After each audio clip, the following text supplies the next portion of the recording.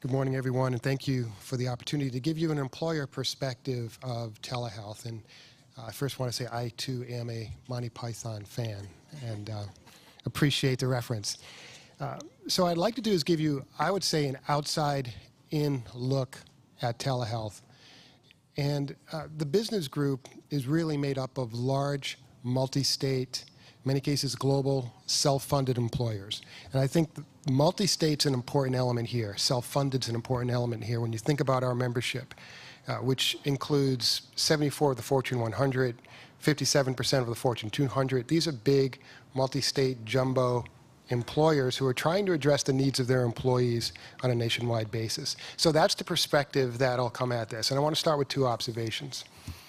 The first is when it comes to innovation within healthcare, from an employer perspective, there is a significant lag between adoption, availability, and acceptance. Second observation is large employers are not willing to wait for the delivery system to catch up if they see a need, that they find a solution that will address that need. And there are lots of examples of this. You look at centers of excellence, great example, condition management programs, medical decision support, and I would say even the emerging concierge services. All of those are resources that employers have bolted on to this healthcare delivery system in an attempt to help employees navigate a very fragmented system, help them identify and understand their treatment options, and help steer them to the best place for care. And I would say telehealth fits into this category of an innovation that is available but not widely adopted or accepted to this point, and one that employers have not been willing to wait for implementation.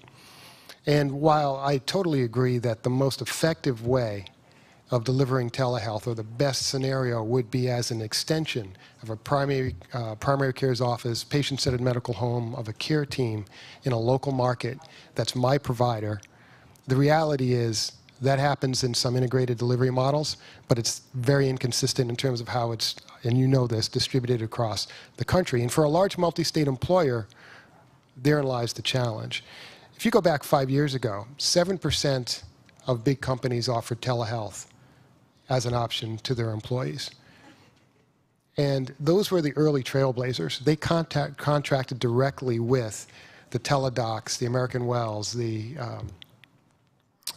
other players in that space.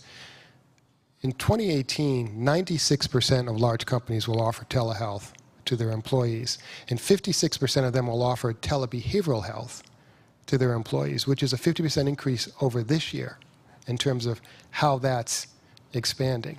And employers are doing this despite the challenges and the inconsistencies from a state-by-state legislative and regulatory structure that is very inconsistent. And they're doing this despite in the knowledge that these telehealth options aren't very well integrated with the delivery system. But they see the value.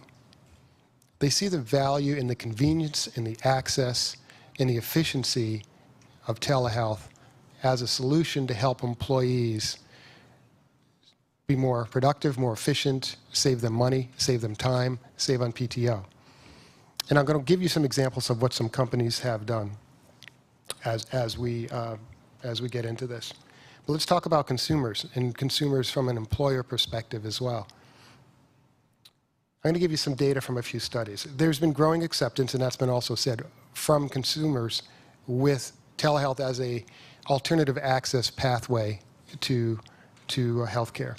In a 2017 Aon National Business Group on Health Consumer Mindset Survey, 57% of the consumers stated they would be willing to consider telehealth as a new way to get better outcomes.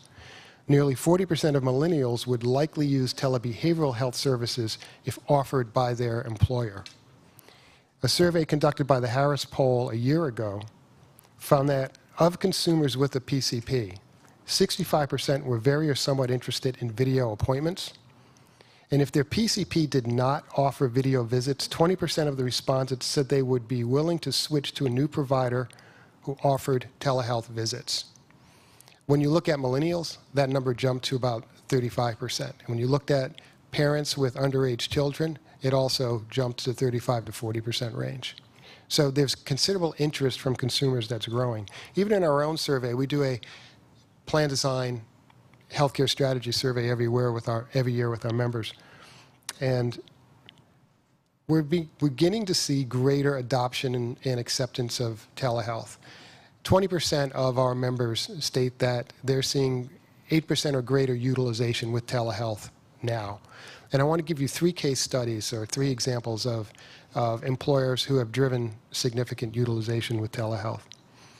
The first is a company that has a significant number of drivers, multi-state employer, all 50 states. Drivers are a big part of their business. They've been able to achieve a 14% telehealth utilization, and they've done this. And you have to remember here, employers have a captive audience, so they have certain levers that you may not have in the market, in the ecosystem. They have plan design levers, they have communication levers, and they have levers to use their managers as a support system.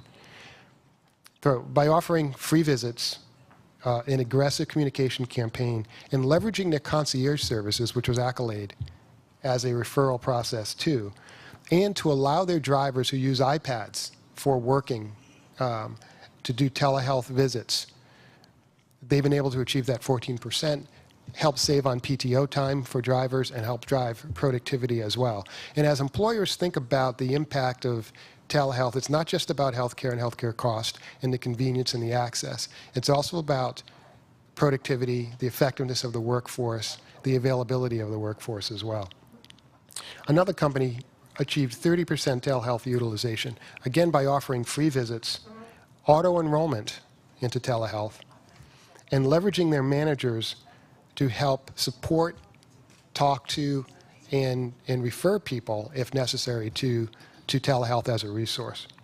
And then a third company achieved 46% utilization with telehealth, in part because of its demographics, which 3/4 were millennials, and they were their locations were San Francisco and New York primarily, and they leveraged their on-site health centers to do telehealth through those, as well as referring people to telehealth, also offering free visits, and also having a population that's 57% women in their company.